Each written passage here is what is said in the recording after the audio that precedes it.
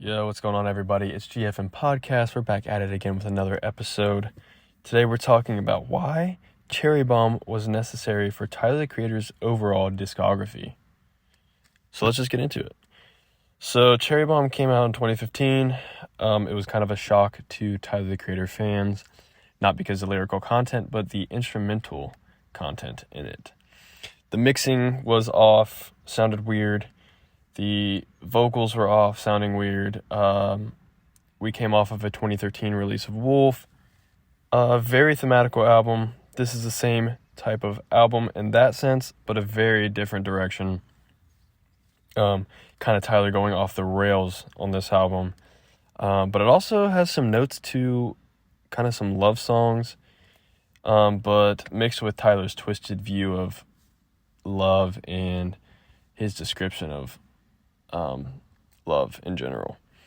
We have songs like Blow My Load. We have songs like Fucking Young and Perfect that just are like Tyler's way of saying, like, I'm in love, but it might not be the right thing to be in love with this person. But I'll keep it short and simple. The reason why I believe this album was 1,000,000% necessary for Tyler the Creator is because without this album, I don't think we would ever have gotten I don't think we would have ever gotten a Flower Boy. I don't think we would have ever gotten a Call Me If You Get Lost or an Igor. And the reason I think that is because this album really let Tyler test his own vision for instrumentals and really kind of break that sound barrier that he wanted to break. It kind of broke him into a different dimension of artistry, of music. And instrumentally, he does his thing on this album. He playing piano and different types. There's like saxophone and horns, and there's all kinds of stuff on this album. And it's really, the instrumentals in a lot of these songs just feel like it's Tyler sitting in front of a band or just an orchestra and saying, play this, play this, play this, play this. And you could just see him conducting the entire thing. And I think that without this album, we wouldn't have got so much of a test to Tyler's instrumental value, what he really can do and what he really can show us. There's a ton of songs on here. Even if you don't love the album for the vocals, you probably love a lot of the instrumentals on it.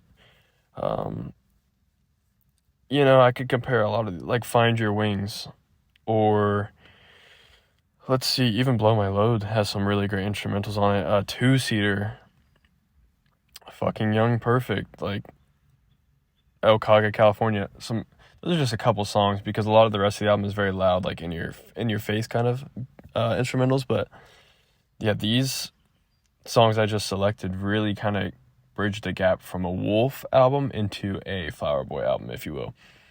And I think that, this kind of shows like the premature Tyler growing into his more mature self. It's Tyler the Creator. He might not ever be the most mature person in the world, but I don't think he wants to be either. He likes to be in tune with his younger self, and I do agree with that. More people should try to hone in on that and just do things you love and nerd out about stuff that you love. But yeah, I 100% think that this album was necessary to really bridge the gap from Wolf into Flower Boy. And although Flower Boy came out and was much different than Wolf, and Tyler's fans at that point in time were really still like the Wolf guys and the Goblin and the Bastard and the, with every album he's gained a new audience, I feel like. And Flower Boy, he just did his damn thing. And obviously we see how that turned out. It was a huge success. I believe a Grammy nomination for that album. And then we go from there and we just get Igor. And we know what happened with Igor.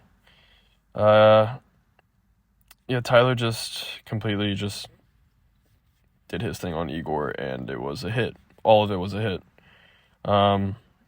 Every single song was a hit off there. And I think we wouldn't have gotten these types of albums without hearing the whatever you want to call it that is Cherry Bomb. So yeah, let me know what you guys think about this. Like I said, I think it's 100% necessary for Tyler to release that album and to give us that side of him. I feel like he tested us as much as we tested him on that, or he tested himself on that, and I'm happy with it. I look at it as a growing point for Tyler. Very much so. The same with Wolf or Bastard. With every album, he's growing a little bit more. And so that's my thoughts on it, guys. Like I said, I have a review coming out for this album very shortly after this video will be posted. And we're just going to get into everything Tyler, everything Earl, some Odd Future stuff, and go from there. So if you're not yet subscribed, please make sure you guys subscribe if you want to hear more. And the podcast is on Spotify and Anchor and everything. So, yeah, thank you guys for listening and watching, and I'll see you in the next one.